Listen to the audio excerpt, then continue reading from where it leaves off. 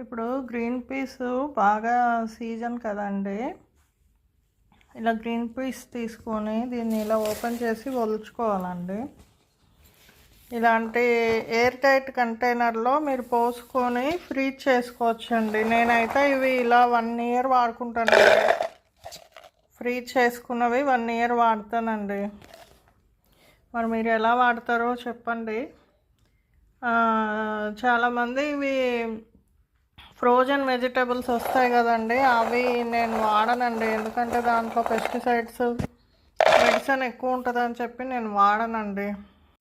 చూసారా, ఈ విధంగా గింజలన్నీ తీసి నేను ఈ విధంగా మూత పెట్టుకొని దీన్ని నేను డీప్ ఫ్రిడ్జ్లో స్టోర్ చేసుకుంటాను.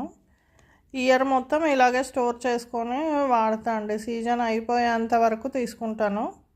ఎప్పుడు అయిపోతే అప్పుడు స్టోర్ చేసుకుంటాను. అన్ సీజన్లో ఇవి వాడుకుంటాను. ఇది జిప్లాక్ కవర్లో కూడా మీరు స్టోర్ చేసుకోవచ్చు అండి. నేనైతే బాక్స్లో స్టోర్ చేసుకుంటాను, నాకు ఇలాగే ఇష్టము. ఓకే అండి, మీకు ఎలా కావాలంటే అలా స్టోర్ చేసుకోండి. బాయ్ అండి.